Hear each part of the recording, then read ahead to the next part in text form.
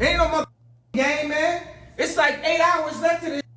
No chuckling and nothing, no kind of way. Is that Cardi? Wait, was this when Kanye like locked himself in the Mercedes-Benz Stadium? All right, play Off the Grid.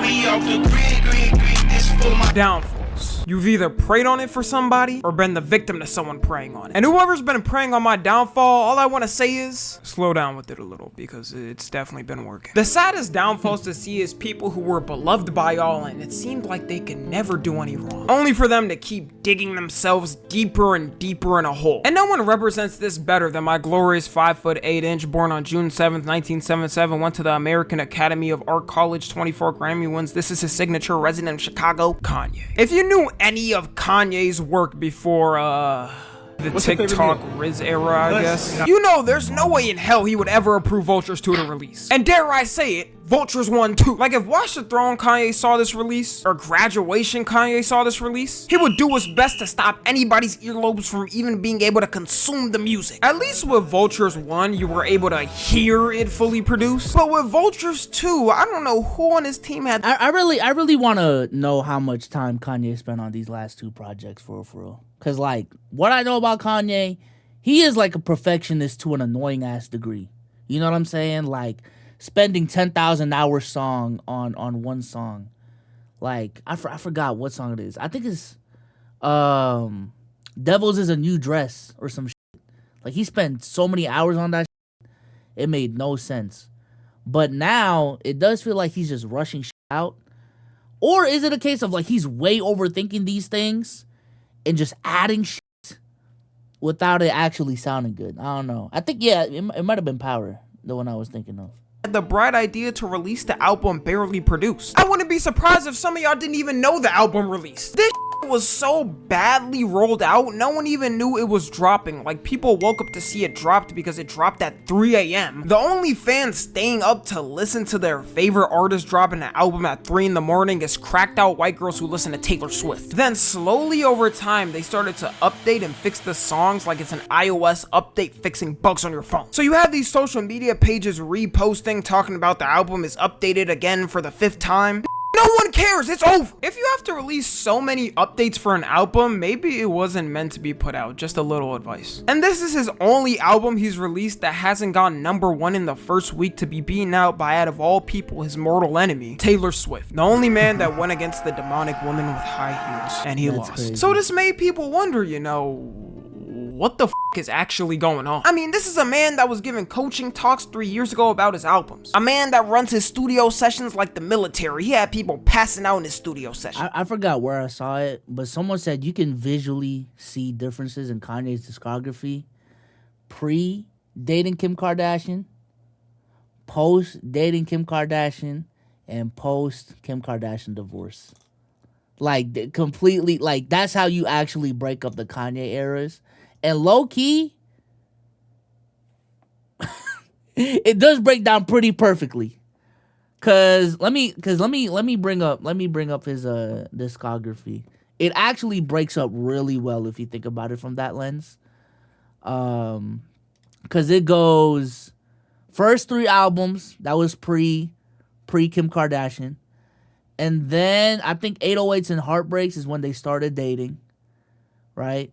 We keep going, all the way through Life of Pablo. And then I think they broke up Donda. And everything post Donda does sound completely different.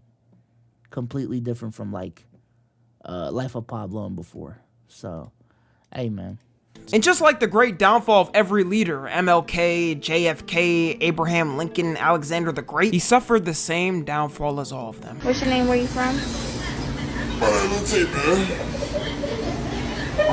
Whippets, aka nitrous oxide. I don't know where this drug spawned from. It's like every other month a new drug spawns in the world people abuse. I swear, fentanyl didn't even exist like 10 years ago, and now it's everywhere. It makes me feel jealous, like I want to be popular too. The rumors of Kanye indulging in this delicacy began when someone on his team leaked text messages of him basically begging for it. And he's out here asking for it too, like he's a kid begging mommy and daddy for candy. If I'm an A-list celebrity, I better have a personal drug dealer that can make me anything everything on the spot. And out of all people giving it to him, the allegation is that it's his dentist prescribing it. A dentist? What is this dentist? Some kind of ex-prison affiliated drug lord who ran the streets? Oh, that's exactly what he is. I usually don't judge a book by its cover, but how am I not supposed to? You can't tell me this dude in another life wasn't running Alcatraz in the 60s. He must have just threatened the dentist school to give him the degree or he would unleash hell on them. And apparently he works with a lot of celebs. Make some weed like great again, chat. Lil Yachty, Shaq, Post Malone. The whole rap game is f***ed up on this. No wonder nothing good is dropping. For me, I just want him to be healthy in his personal life and then whatever after comes second. I mean, this is a man with 4 kids. It's not like he doesn't have any priorities in his life or anything. So hopefully he gets the help he needs because drug addiction ain't no joke. I would know. I've been on Galaxy Gas this whole video. Someone who needs some Galaxy Gas to calm down is Ninja because he just be lashing out at everyone. Ninja at the start of his blow up Ninja fell off. You could think of. He was like the first mainstream. He definitely fell off. What am I saying? There definitely is a clear distinction between Ninja now and peak Ninja, so.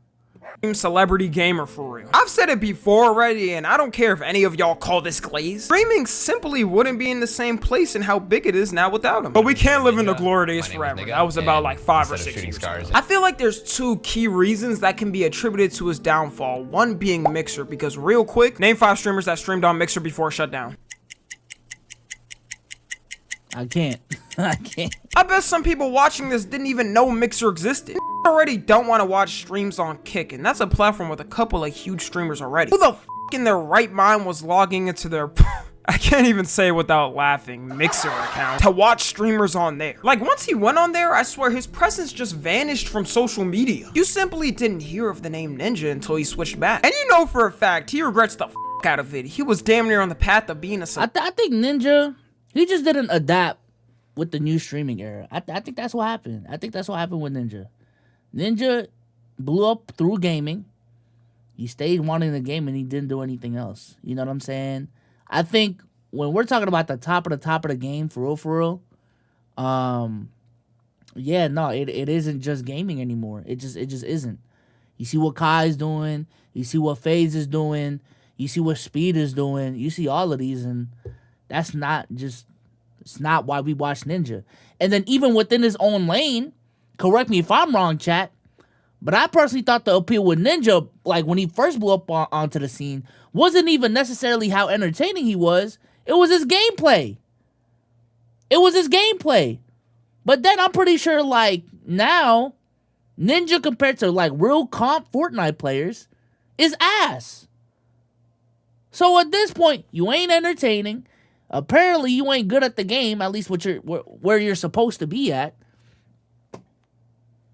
He's kind of cooked.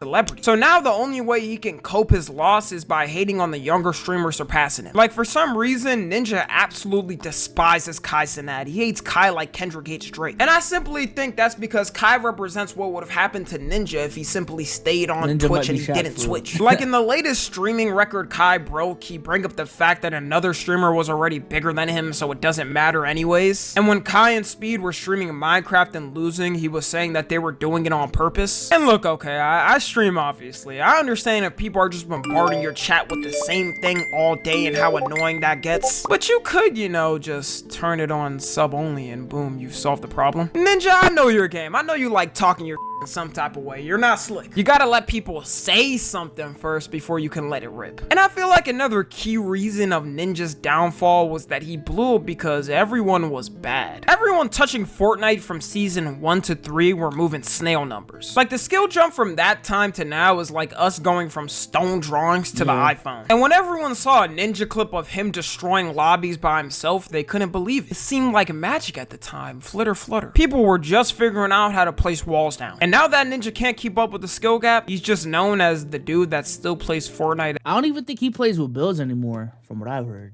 At 30 and hates on people. Alright, but let's switch it up now from an individual to a whole company. How can a company's downfall be so bad that the whole company is just cooked? Disney. That's the only answer. Disney has been losing money since 2019 apparently, which probably isn't a surprise to anyone. I don't know how you can Disney did fall off, man. When we talk about like unstoppable juggernauts in our time, I thought Disney was one of those. All right, throughout my whole lifetime, Disney just ain't falling off for real.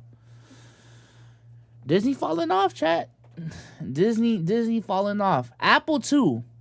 We're gonna have that discussion one of these days. But Apple really is falling the fuck off. They don't know what to do anymore. Go from being the biggest entertainment company for 100 years to straight dipping to nothing. Like, I think people don't realize how lucky we are as a generation to grow up in the peak times of Disney, because they're never coming back. It's sad to think of all the future generations that will never get to truly experience and immerse themselves in the time when they were releasing. It maybe like financially wise they haven't fell off, but I feel like y'all know what I'm talking about. I'm talking about the quality of things. Quality of things have definitely fallen off. Even if we're comparing to just recent Disney. Like pre-2019 Disney.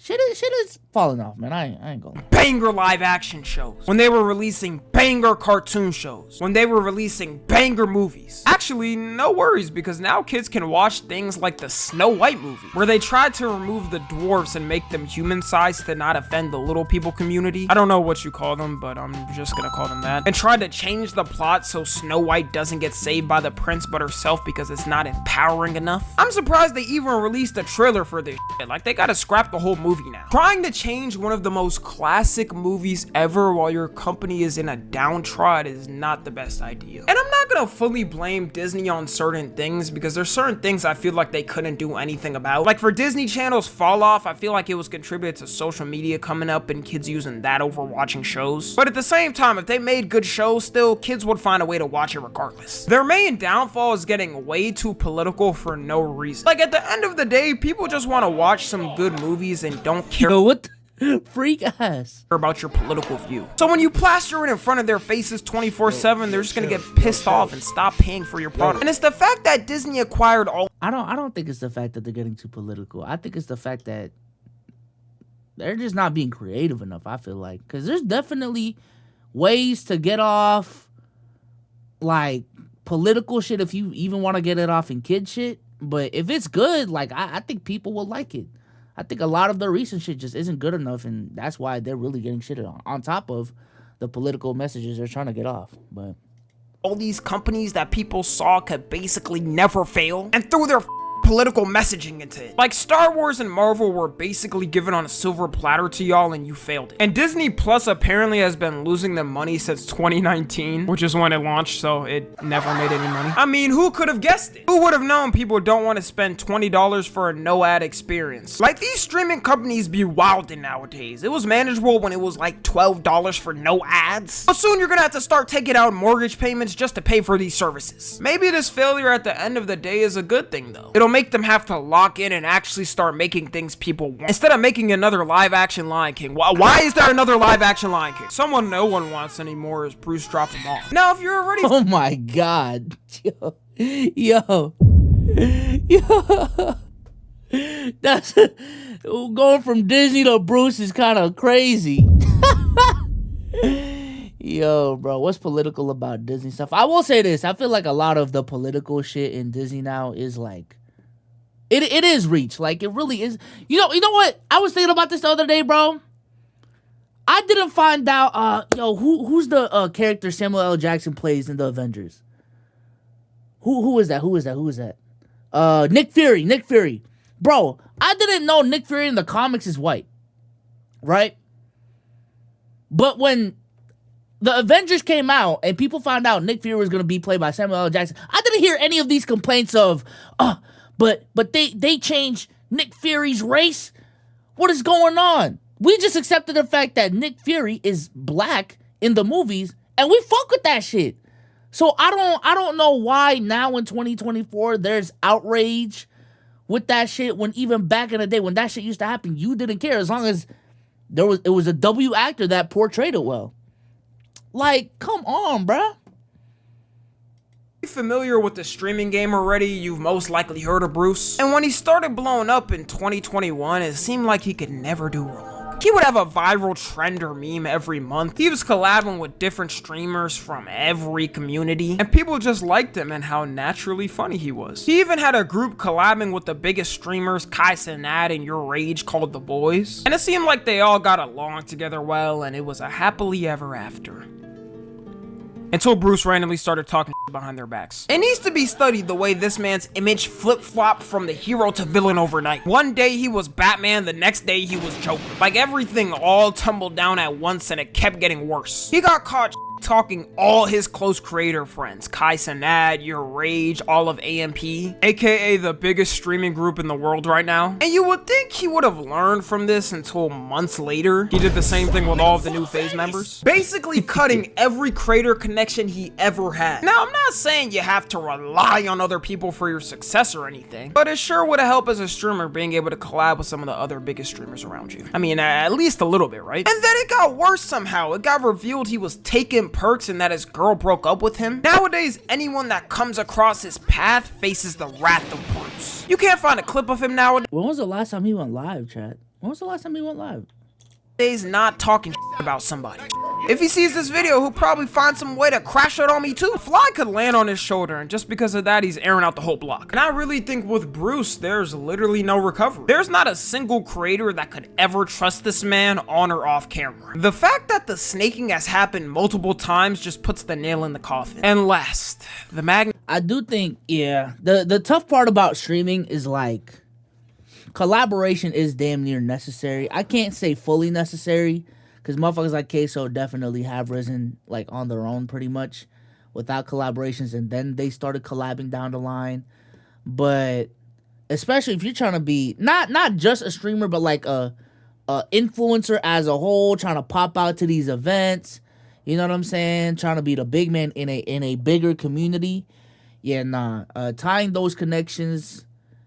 Not tying, but burning those connections that you have, that is definitely tough. That is definitely tough. Because let's keep it a stack. He trying to be in that WRL community. You know what I'm saying? With Rage. And he was with Rage, with Kai, with AMP. Well, now with FaZe and all of that. But motherfuckers do not fuck with him. So, yeah, that's tough.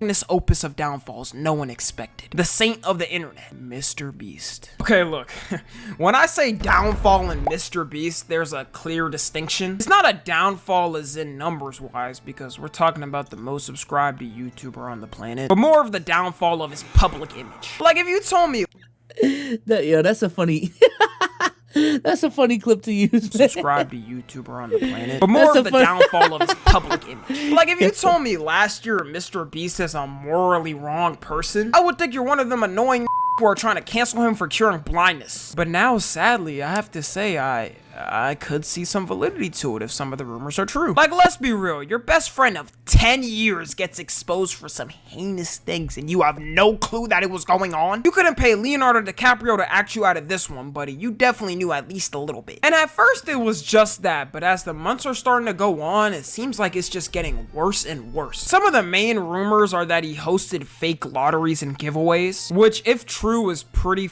bad because he's known as the giving money guy. Another allegation is that he hired an ex-offender that was convicted of rape of a child. And you could say he didn't know and it's not confirmed if he did, but if you're running the biggest YouTube channel on earth, you better be screening your employees like the government, or just pay like $20 to one of those websites where you can get somebody's criminal history. Everyone should be walking through TSA before even stepping foot on a shooting production. The TSA machine should be plastered with MrBeast Productions. It's pretty hard to go through something like that without hearing it from at least one person out there. Best believe if I was— Yeah, MrBeast was just on some like perfect timing. Like, I ain't gonna lie, for damn near a decade, motherfucker literally couldn't miss.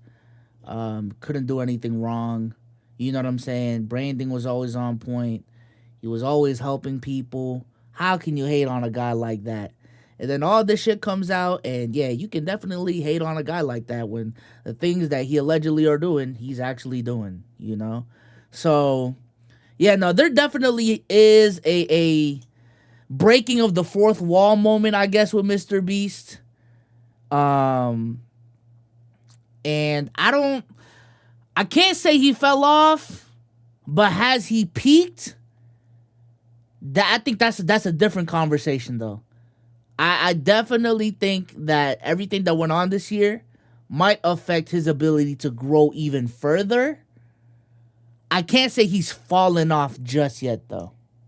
was Can't told say this that. news, the employee would be getting a public beating and it would be the trailer to my YouTube channel. And now the most recent allegation is that MrBeast's COO was running a gay strip bar? I don't know What's wrong with that? There's nothing wrong with that. I don't.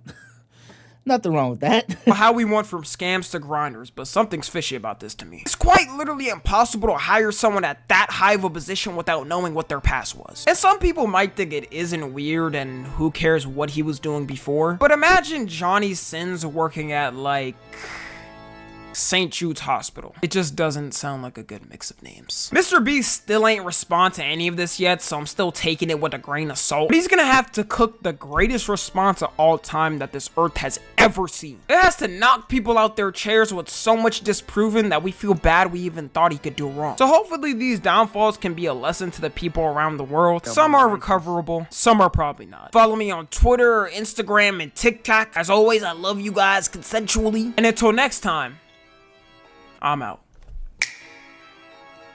Damn. You know who fell off too? And thank God he did. Neon, man.